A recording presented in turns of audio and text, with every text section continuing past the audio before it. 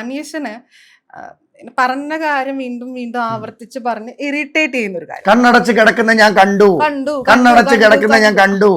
പക്ഷെ ഇതിങ്ങനെ പറയുമ്പം ആളുടെ ഫാൻസ് പറയുന്നത് അത് പുള്ളിയുടെ സ്ട്രാറ്റജിയാണ്. It's not strategy. കാരണം അത് വ്യക്തമായിട്ട് പൊളിഞ്ഞൊരു സംഭവമുണ്ട്.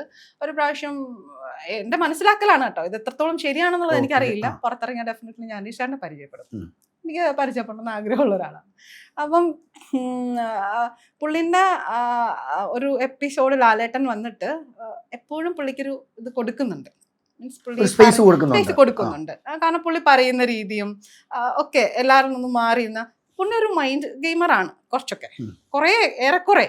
കാരണം മൈൻഡ് യൂസ് ചെയ്യുന്നുണ്ട് പുള്ളി. സിംഗിളായിട്ട് നിന്ന് കളിക്കണം എന്നുള്ളത് മനസ്സിൻ്റെ ഉള്ളിലുള്ളത് കൊണ്ടാണ് പുള്ളി ആരോടും വലിയ കമ്പനി ആകാതിരിക്കുന്നതും ഒറ്റയ്ക്ക് ഇരിക്കുന്നതും ഒറ്റയ്ക്ക് നടക്കുന്നതും ഒറ്റപ്പെട്ട് മാറി നിന്ന് സംസാരിക്കാൻ ശ്രമിക്കുന്നതും അല്ലേ.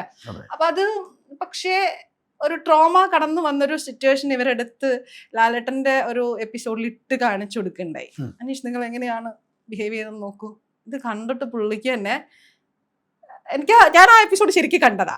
അത് കണ്ടിട്ട് എനിക്ക് തോന്നിയത് പുള്ളിക്ക് തന്നെ പുള്ളിയിൽ ഉണ്ടാകുന്ന ആ ഒരു ഇത് ഞാനിപ്പോ ഇവിടെ നിന്ന് അഭിനയിച്ചാൽ എനിക്ക് ചിലപ്പോൾ അവിടെ എന്തെങ്കിലും പ്രശ്നങ്ങൾ ഉണ്ടെങ്കിൽ അവിടെ അറിയില്ല. നമ്മൾ ഒരു പ്രാവശ്യം ചെന്ന് നോക്കുമ്പോഴാണ് നമ്മൾ എന്താ നമ്മൾ പിന്നെ വന്ന് കറക്റ്റ് ചെയ്യില്ലേ.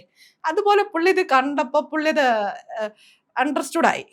അതിനുശേഷം പുള്ളി ആ റിപ്പീറ്റേഷൻ പരിപാടി കുറച്ചു. ശ്രദ്ധിച്ചാൽ മനസ്സിലാവും അല്ലെ. ഇത് മൈൻഡ് റീഡ് ചെയ്യുന്ന ഒരാൾക്ക് മാത്രം മനസ്സിലാക്കാൻ കഴിയുന്ന ഒരു കാര്യമാണ്. അപ്പൊ അതിനുശേഷം അനീഷ് ആ ഒരു റിപ്പീറ്റ് ചെയ്ത് സംസാരിക്കുന്ന സംഭവം വളരെ വളരെ വളരെ കുറച്ച് ചുരുക്കി ഇപ്പൊ വളരെ കുറഞ്ഞു. അപ്പം അനീഷിന്റെ ആ ഗെയിം ഇഷ്ടമാണ് അല്ല അതെ ഇഷ്ടമാണ്. പക്ഷെ അറ്റ് ദ സെയിം ടൈം പുള്ളിക്ക് ട്രോമാസ് ഉണ്ടെന്ന് തോന്നിയത് ഇത് പുള്ളിന്റെ ഒരു സ്ട്രാറ്റജി അല്ല. ഈ ആവർത്തിച്ച് പറയുന്നില്ലേ, അത് മനഃപൂർവ്വം ഒരു ഗെയിമിന് വേണ്ടി പുള്ളി ചെയ്യുന്നതായിരുന്നില്ല.